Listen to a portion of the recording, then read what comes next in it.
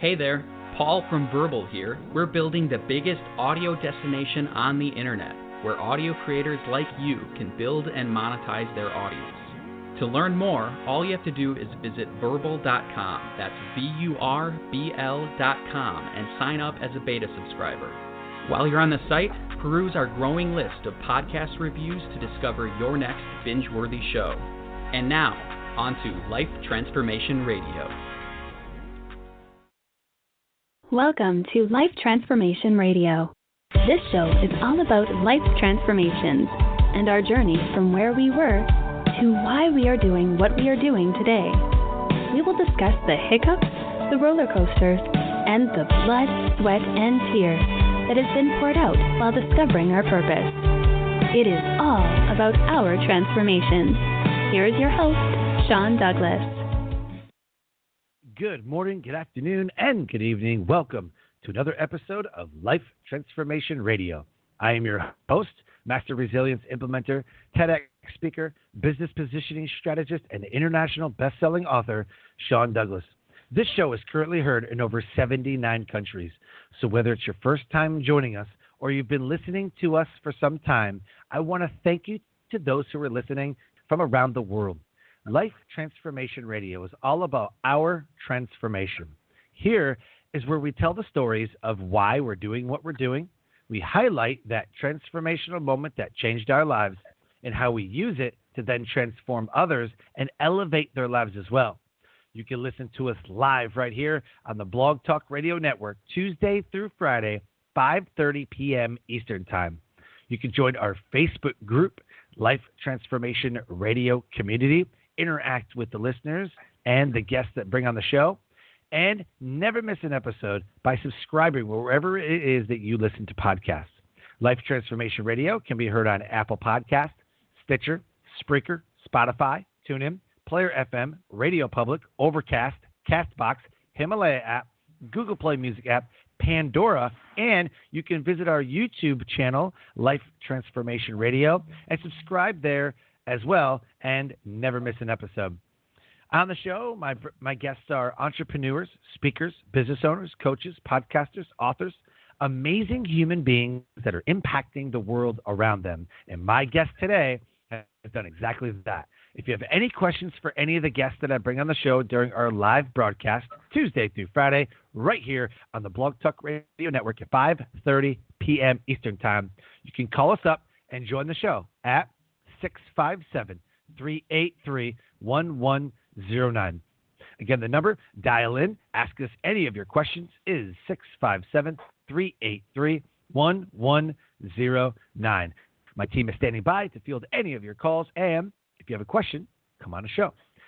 With that, please help me welcome to the show my guest for today, Profit Coach Susie Carder. Susie, it is an honor to have you on Life Transformation Radio. Thank you for having me. And more importantly, thanks for what you're doing for our community, for our people. I mean, this is amazing. Thank you so much. Thank you. Thank you. So you're doing amazing work in the world. You have just created empires across industries, and I'm excited to talk to you about that. With everything going on, a lot of people want to know, how am I going to increase revenue? How am I going to increase my profits? How do I power them up? So I'm excited to have you on the show to talk about that. The title of the episode is Power Your Profit with Profit Coach Susie Carder. Susie started out as a low-paid hairdresser trying to support her two little girls, but working for someone else became a challenge, to say the least. So she decided to do whatever it took to create her own business. After much blood, sweat, and tears mixed with cheap mascara, she went on to create not one, but two $10 million companies. Her core genius is the ability to simplify complicated issues by creating simple, proven systems that are guaranteed to create dramatic growth for any company. She has helped over 100,000 entrepreneurs increase their revenues by more than 3,000% and worked with top business moguls including John Assaraf, Lisa Nichols, Steve Harvey, Doug Carter, and Paul Mitchell. Her newest book, ranked at number 10 Power Your Profit is a bulletproof start-to-finish plan for taking your business from startup mode to the multi-million-dollar mark. Her website, Susie, S-U-S-I-E, Carder, C-A-R-D-E-R, SusieCarder.com. Her Facebook, Instagram, Twitter, YouTube, and LinkedIn is right there in the show notes. Connect with her, letting her know that you listened to her episode of Life Transformation Radio. And with that, I want to thank our sponsor, Verbal. These episodes' show notes are brought to you by Verbal, who is launching a new technology for audio creators like me so that our message is broadcast loud and clear. You can join their beta version at Verbal, V-U-R-B-L, verbal.com. Susie, the first question I have to ask, I believe is the most important question you could ever ask anybody, is why? Why do you do what you do? I do what I do because I had to figure it out the hard way, right? I'm a little more seasoned, right? So I've been around the block a little bit. This is my 9th business, right? 2 failed horribly because I didn't know what to do or how to do it. And I started out wanting to get back to my community, wanting to go, oh, I finally figured it out. It was like finding the genie in the bottle, like just do this, you get this. And I wanted to support my community. Back then, 30 years ago, I was a hairdresser. I did $250,000 a year as a hairdresser, opened one of the top salons and spas in the country. We were the top 1% in the nation, top 10% in the world.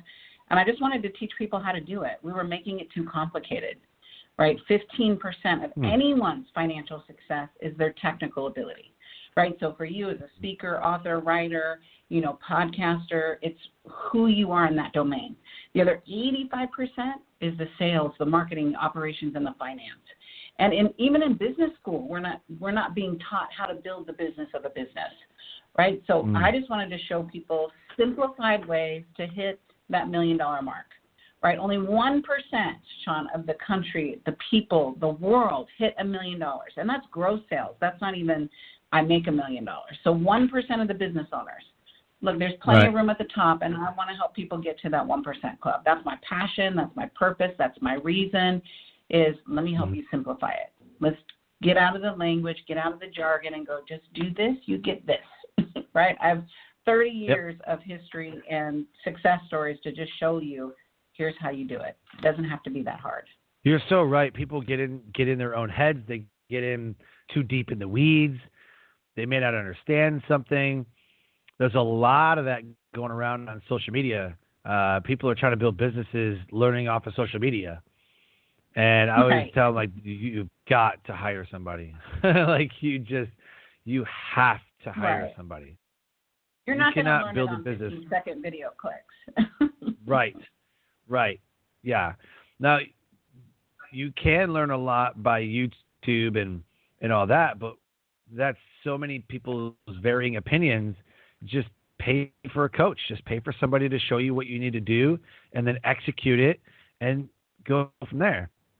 That seems to me the easiest route is when I invested in somebody who was showing me what I was supposed to do. It was night and day. It wasn't even close. I was leaps and bounds ahead of what I was doing when I had hired somebody. So I understand. You shorten your learning curve. Yeah, you shorten your learning curve. You shorten, trial and error. If it doesn't work, you get back on a call with them and go, that didn't work. Why didn't it? It's probably something you interpreted differently, right? So when you're working with a success coach, and in any area, right? I got 5 coaches. I've got 3 financial coaches, a business coach, personal development coach, aka therapist, right? My therapist. So we all need support to go, how do I play a bigger game and do it with someone that has credibility, that has proven results, that's doing it themselves? Because there's a lot of people teaching theory, and I got to tell you, theory doesn't work. Right. Lots of great ideas, but ideas aren't where the money is, right? I mean, how many times have you seen something, you're like, I'm going to try that. You're like, yeah, that didn't work. Yeah, right. Man. Right? They say, build a funnel, sit back and rake in the cash. No, that's not how it works. That is like the worst business advice ever. So I have a theory. Do you want to hear my theory? Yes, I'd love to hear your theory. So funnels. Yes. Big fish do not swim through funnels, and whales do not click. Do you know what I'm saying? Yes, I do. Like I don't know about you, but I'm not going through people's funnels. Right. I've spent hundreds of thousands of dollars buying the hype, right, and putting together funnels that on the other side just didn't work. There's so many people that say they know how to do them, but the real executors, right, it's a complicated process. So spend your money wisely, do your research wisely, find, the proof's in the pudding. Ask them what they do. Ask them what their results are. Ask them what their results are with their funnels and what are they doing. How many new leads are converting, right? It's not enough to get traffic. It's what leads are converting. If they're not converting, the funnel doesn't work. 100%. And juicy.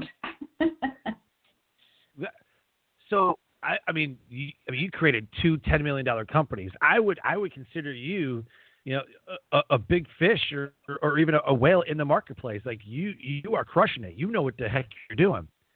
I just don't see you going through a funnel. I mean, I don't think you're sitting at a computer going, I got to get that upsell. I got to get, oh man, thank God I had that upsell. Woo, I don't know what I'd do without that. It just doesn't work that way. The big fish are not going through funnels. Right. Or how many times have you got on the list and then, they keep emailing to you. I'm like, I just delete those. I got what I wanted. I'm gone. Right. Yep. I got the freebie. I looked through your indoctrination process. I looked at how you were setting it out. I'm not interested. Unsubscribed. Boom. I'm out. Right. Exactly. But I'm in the relationship business. I'm not in the set it and forget it and let me rake in the cash business. I'm in the relationship business. I build relationships. I build the know, like, and trust factor. I'm not sitting here, going through people's funnels and building relationships, through a funnel. It's either done through social media networks or in person or email or some kind of form of building a relationship. Relationships just aren't built through funnels. It maybe gets you in the door, but right. I don't know. I just don't go through funnel. I don't care for click funnels. I think I just don't like it. I think there's other ways to do it, but I just don't think can you imagine how many people would fail immediately if ClickFunnels decide to close up their doors? Like, I'm out of here. We're not doing this no more. Don't even know what to do with themselves. Well, I think funnels are important for client fulfillment, client relations, right? Nurturing the people Sure. once you get them in. If they're in a program, it's communicating with them. I think it's don't rely on that's the only thing that's going to build your business. That's one tactic. Yep. And you have to have a lot of people in your database or getting a lot of people in your database to really monetize that. I see people putting $99 products or $47 products. Dude, if you don't have a conversion strategy, you're not going to pay your mortgage with a $39 product or a $49 product, right? So there's got to be a strategy on the upside to go, how am I going to monetize this new business that I'm putting together? That's the most important thing when you're building a business is don't listen to all the jargon and the hype. Put your plan together, get really clear on your plan, what products and services are you going to offer, and does it pay my overhead, right? A lot of people, Sean, are pulling their prices out of their hiney, going, I think I'll charge this much. Sean charges this much. Susie charges this much. I'll charge this much. Well, that has nothing to do with what you should charge. And the reality is you don't know if Sean's business is profitable or my business is profitable. You should hope my business is profitable, building the businesses I have. But you've got to base it on your overhead, your profitability, your costs. Like, let's get strategic. People are just winging it. Stop winging it, right? You're just throwing spaghetti on the wall hoping it'll stick. And the reality is it doesn't have to be complicated, but it does have to be planned out, thought out, so that you can see, is this the right product, right? And I didn't always know that, right? I've been doing this for 30 years. I had to figure it out, bloody knees, bloody elbows, huge failures, huge wins, along the way to go, oh, here's the system. It's like, remember in high school, you would have that combination lock, and it was one little tick off, that sucker wouldn't open, right? You can do it 10 times. One little tick either way wouldn't open. That's business, right? You can have one tick off and it's not going to work. So when you put your plan together and you put that plan in place, you can really see, oh, here's the combination for my market, for my niche, for what I want to do. Here are all the marketing strategies I need to do to hit that number, hit that niche, for that money train to open, for that combination to open. Yeah. Yeah, 100%. I absolutely agree. What is the transformational moment for you? The focus of the show is to highlight those moments that we go through. Mothers Against Drunk Driving was created because the child was killed by a drunk driver. A lot of nonprofits and a lot of businesses are created out of either necessity, a passion. Sexual assault advocates become those because they were sexually assaulted. I know people who have gone through immense traumas who then create a consulting business or a coaching business or a women's mindset business, for trauma victims because they wanted to use their story for good. What is your transformational moment that happened and changed your life, which puts you on the path to what you're doing today? That's juicy. Well, I have several of them, right? I think there's, you have a situation or a relationship for a reason. You have a relationship for a season, or you have relationships for a lifetime, right? So I've had many different ones that have pivoted me in my life, but I'll share the one that really started me having to be a serious business person, right, and really understand this is I got married young. I grew up with 9 brothers and sisters. And so we grew up poor, and and I don't mean the kind of poor like, oh, we didn't know we were poor. No, dude, we knew we were poor. We were broke as poor. And so that's funny. My dad said he had 6 girls, right? We had Bobby, Ronnie, Stevie, Terry, Joni, Shelley, Susie, Kelly, Debbie, right? So we had 9 of us. We had 6 girls, 3 boys, and my dad said, when you're 18, you move out, you get a husband, right? Get a job, get a husband. That's your goal. I'm very goal-oriented. Okay, I can do both of those. So I met my husband when I was 17. I knew nothing about picking a husband, right? We were married at 20. By 24, I was filing for divorce with an 18-month-old and a 6-month-old and running for my life. It was an abusive relationship. I totally repeated my pattern. My parents were abusive. My mother was an alcoholic, right? Love to me was you're screaming at me or you're hitting me. Oh, you must love me. So here I am with these 2 little girls having to figure out had no alimony, no child support, right? Tells you about my picker. My picker was off. And said, I've got to take care of these 2 babies, right? And I was a hairdresser. That was my vocation, right? 15% of your financial success is a technical ability. Like I said, the other 85% is the business. So I was an amazing hairdresser, but I wasn't making any money. I'm like, I've got to figure this money thing out because I have to take care of my children. So I became a voracious learner, and I studied from books. I didn't have any money to hire a coach, but books can be your coaching, right? Online training courses can be your coaches until you can afford a coach. And so I ended up making $250,000 a year, working 3 days a week behind the chair as a hairdresser. And I was able to go, once I figured this out, I'm like, why isn't everyone in this industry making this kind of money? And it came out of survival. It came out of me needing to take care of my children and my family and myself and running for my life, but then turning it into helping my community. I believe that my gift from God is my life, and my gift back to God is what I make of my life. Now, you can call it whatever you want. I call it God. You can call it your higher power.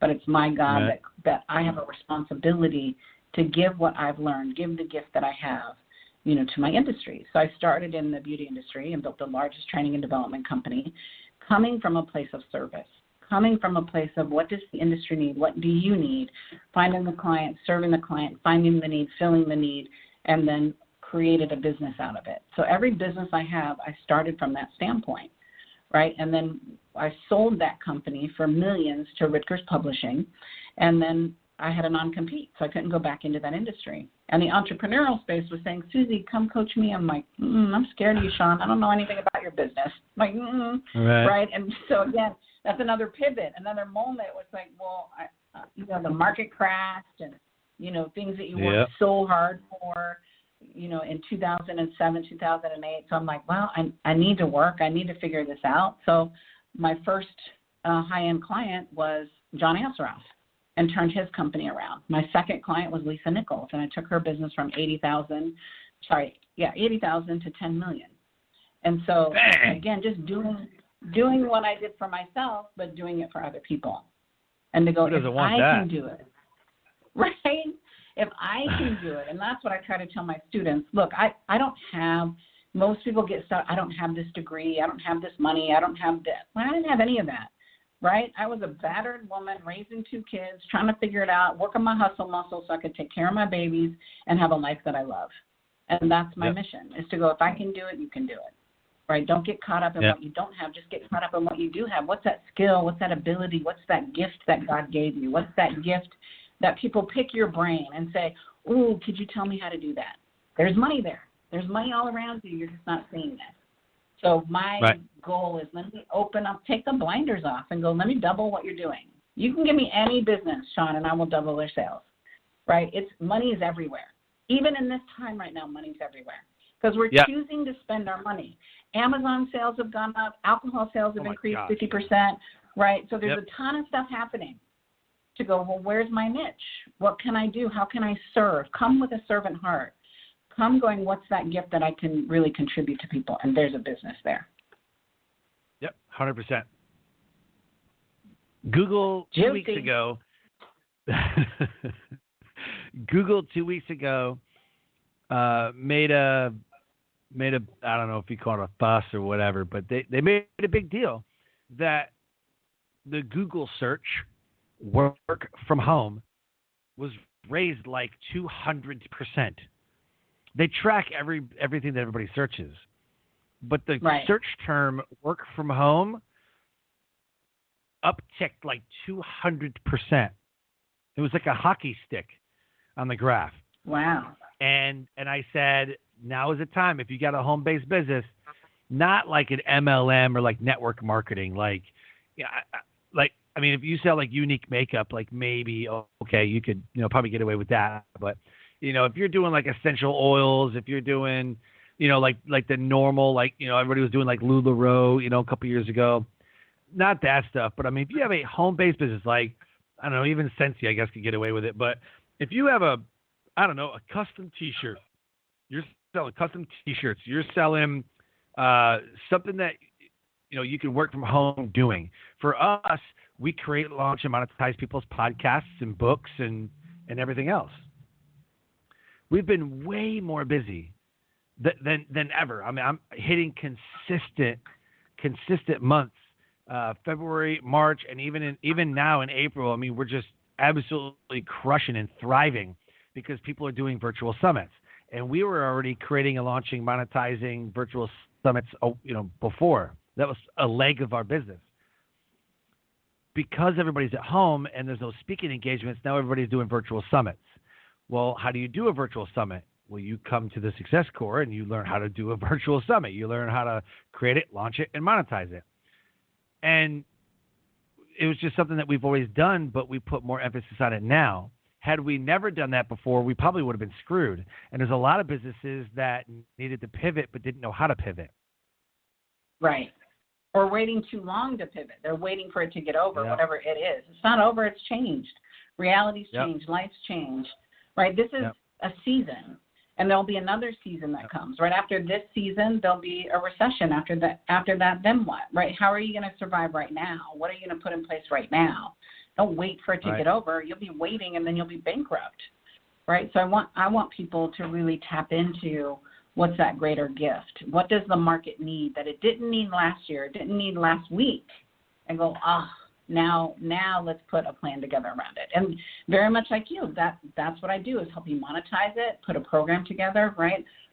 Build a solid business underneath your idea, because ideas are a dime a dozen. Ideas aren't going to pay your rent, pay your overhead, pay your mortgage. Oh, yeah. Yep, absolutely.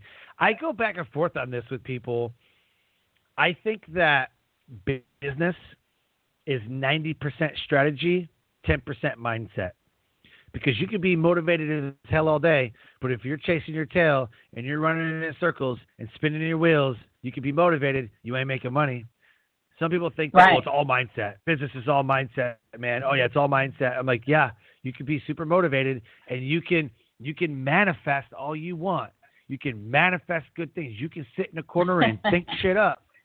But if you're not executing, if you don't have a solid strategy, that whole manifestation is going to be nothing. It's going to be zero.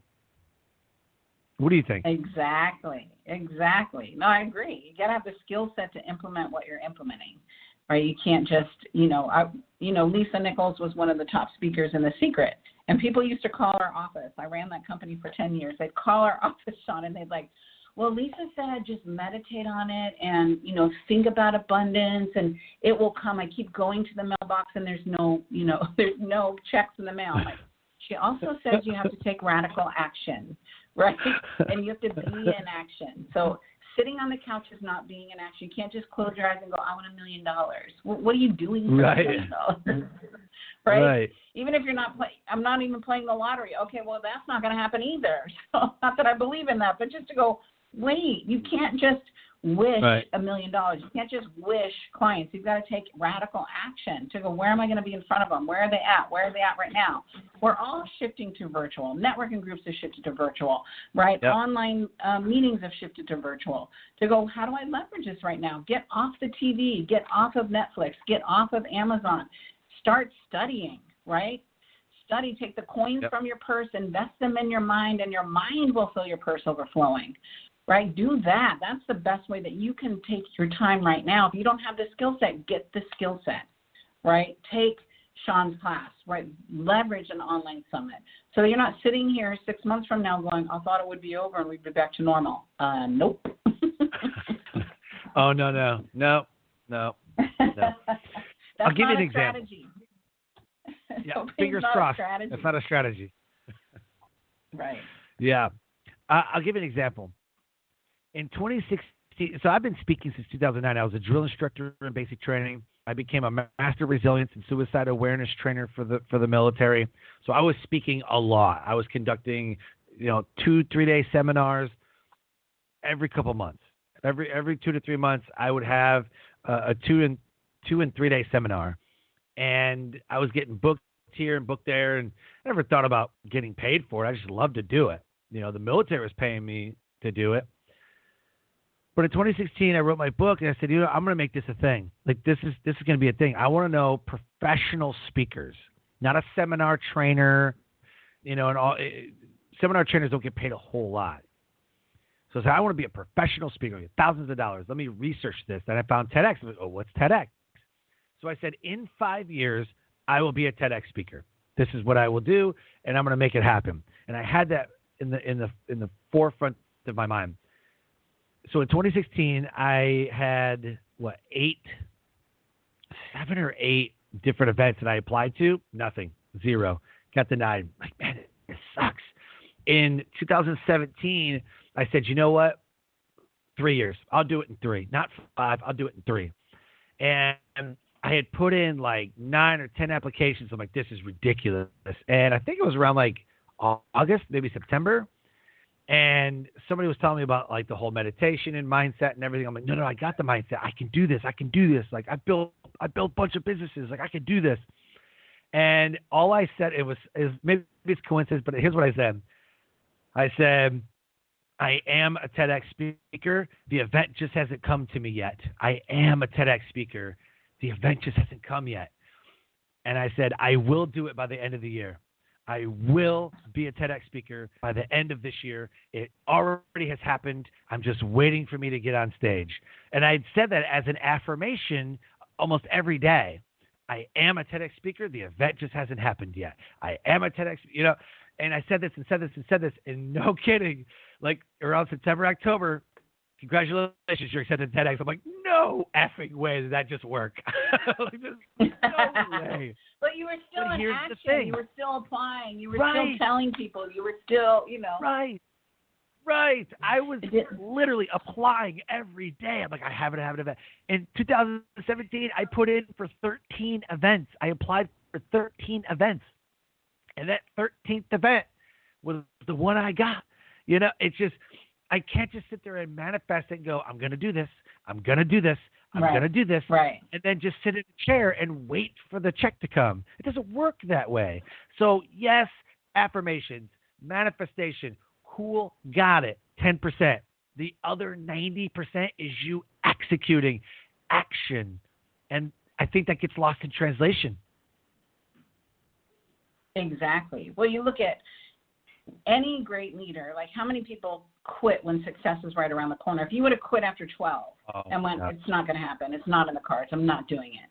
Right? Thomas Edison failed 1,000 times, right, before he finally found the formula that worked.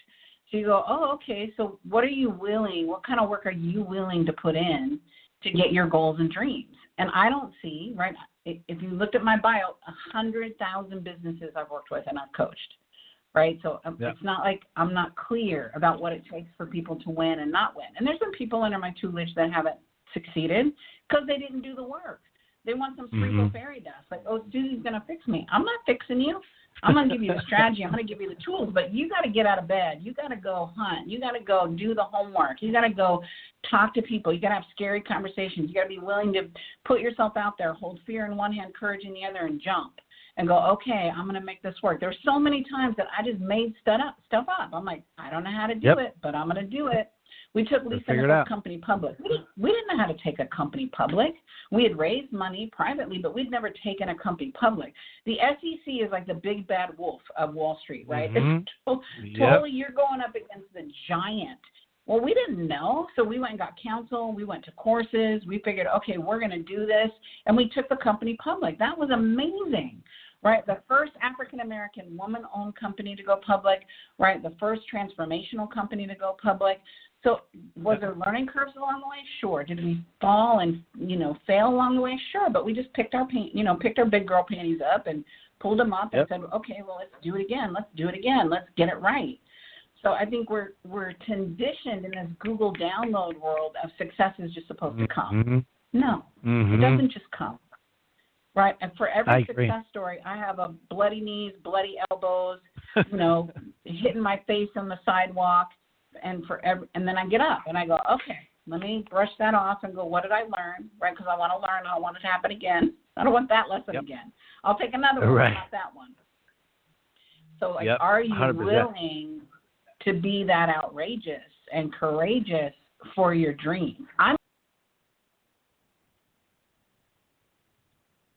Right, absolutely. And I think what the main lesson is that you have to keep going. You have to absolutely keep going. And failure is just a stepping stone. Some people run away from failure. Some people look at failure and go, oh my gosh, I can't do this. I can't do this. I can't do this. I can't do this. I don't want to fail. I don't want to look bad. It's like, why do you care? There's so much growth in failure. My girlfriend's grandma says, listen, baby, what other people think about you ain't none of your business. You just do you, which is so true. Like, there are going to be haters. And the more successful you get, the more people will want to push you away, pull you down, be the sinker, be the person that they're trying to sabotage you. And go, okay, thank you for sharing, and I'm still going to do this. Thank you for sharing, and I'm committed to making this come true. I'm committed to helping my community. I'm committed to making money. I'm committed to supporting my family. Your why has to be so big. My why is so big it gets me out of bed. My why scares me, makes me nervous, right? Sometimes I'm like, why do I want to play so big? Why do I want to do this the days that I want to stay in bed? The reality is if I didn't have a big why, right, it wouldn't call me to be something greater. And the bigger you play, the bigger the breakdown. The bigger you play, the bigger the breakdown. If you're not having breakdown, you're not playing big enough. I hate it when I have breakdown, and my team knows it. Like, well, if something will happen and I'll be in my funk because we had a breakdown, they're like, Susie, remember you always say the bigger we play, the bigger the breakdown. I'm like, stop coaching me with my stuff. I tell people but that it's good, if you're right, to have that, it's good to have that unity and that alignment, right, of your team supporting you and reminding you what you say when you're in it. Oh, yeah. Right, you got to have those people. That's why I have coaches, right? Is to go, when I'm in it, to have my coach really support me to go, oh, failure isn't fatal, but, the failure to change might be. Juicy. Right, 100%. What I tell people is that if your goals and dreams do not make other people laugh, then they're not high enough. You must make other people laugh. I love that one, Sean. That is awesome. Yeah, that is so Another one is great. if your goals don't throat punch people, then they're not high enough. Like, I'm talking about, have you ever had a goal and people they gulp? It's like, well, I'm going to do this. Like, oh, what? Like, right. You know what how? I mean? Like, they're like, what? Like, no way. Like, they get scared. Like, boom. Right. So, yeah. I always have say you ever heard the story? It's going to make you want to do the pee-pee dance. It's going to make you want to do the pee-pee dance, right? Yep. So my new book, Power Your Profit, you talked about in the beginning, right, is published by Simon & Schuster, and we want to make New York Times. Well, there's certain times, I just want to throw up when I say that because I know what it takes, right? We've done it for Lisa 2 times, right? So knowing what it takes, knowing what you have to do, it's a big, ginormous goal. And, okay, I want to throw up when I say it, and I'm going to do it, right? It's like your TEDx. I'm going to do it. It's going to happen. I'm going to do it. It's going to happen. I'm going to be radical, make it happen. Yep. Yeah. Have you ever heard the story of 3 Feet from Gold? I have heard the story from 3 Feet from Gold. It's right underneath you. You have? It's a mantra. Money's all around you. I love it. Yeah. Oh, absolutely. And I just love the part where the guy was going up, down, and around and never found it because he wasn't drilling deep. The next guy comes in, goes 3 feet in one direction and finds gold, right? So we go up, down, around, sideways, backwards, drill down. Don't give up. Right. Keep going, moving forward, never backwards, right? So I just absolutely love this. If anybody has not heard the story of 3 Feet from Gold, it's a book by Greg Reed and Sharon Lecter. The book's called 3 Feet from Gold. And I have a yardstick that hangs in my office as a reminder that I'm always 3 feet from gold. And my friend Lane Etheridge is the one who really instilled that in me and said, you're always 3 feet from gold. It may not seem that way, but you are always 3 feet from gold. Right. It's huge. Amen, brother. Amen. So let's talk about how you elevate the world around you. You've done tremendous work in business, hundreds of thousands of entrepreneurs that you've worked with. How do you elevate the world around you? What is your specialty, your meat? So my meat is really, and I started this because I was not good at it, right, is the taking complicated financial issues and simplifying them. I remember being a young entrepreneur, Sean, and I could not balance my checkbook, right? It was so frustrating to me. So I would close that checkbook and open another one. And finally my banker was like, what are you doing? I'm like, I can't balance it. And it's just frustrating. So let me just close it and I'll start a new one. He's like, why don't we just get you QuickBooks? Right? And I'm like, why don't we get me QuickBooks? That would be amazing. So I've balanced my checkbook ever since. Right? And I would talk to my CPA, and my CPA would give me 2 profit and loss. Here's one for accrual. Here's how much money you have. Here's your cash. There's no money. I'm like, wait a minute. I got 2 P&Ls. One says I have money. I think I want this one. He's like, no, you don't get to choose. This is the one that says you have no money. I'm like, I don't want that one. I have the money. He goes, well, we have the money, but we don't have the money. I'm like, this makes no sense to me. Either we have it or we don't. I quit talking in circles. So I'm like, I need spreadsheets. I need to figure this thing out because I have to run this business. I'm running $1 million business and I'm confused. And so I took the time for me. I thought I was the only ding dong, right? I'm like, I don't want to tell people I'm doing this because I'm trying to simplify this thing. You know how you think everybody else is smarter than you and they all got it handled. And so I was sharing with a client one day. I'm like, well, I have this spreadsheet I think you might like. I use it for me because I just need to simplify it. She's like, oh, my God, Susie, that is amazing. You need to be sharing this with people. I'm like, you think? Because I'm thinking I'm a ding dong. So the reality is, taking this complicated thing called business finance and simplifying it so you have the tools you need to make the business decisions in your business, right? From creating your financial projections. Most people and most projection sheets get really confusing. To go, I want to simplify it. How many units do we need to sell? What's the price point we need to sell? How much profit do you want? And let's play a game. My chapter 8 in the book is called Math is Money and Money is Fun.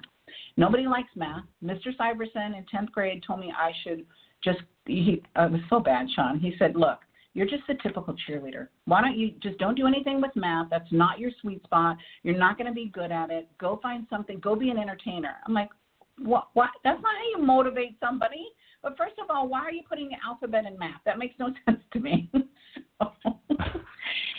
I thought everybody loves what money can do for them, right? The freedom that it can provide, the flexibility, the work that you can do in the world, right? The contribution you can make to humanity. But most entrepreneurs, that's the thing they don't want to look at. That's their blind spot. That's not fun.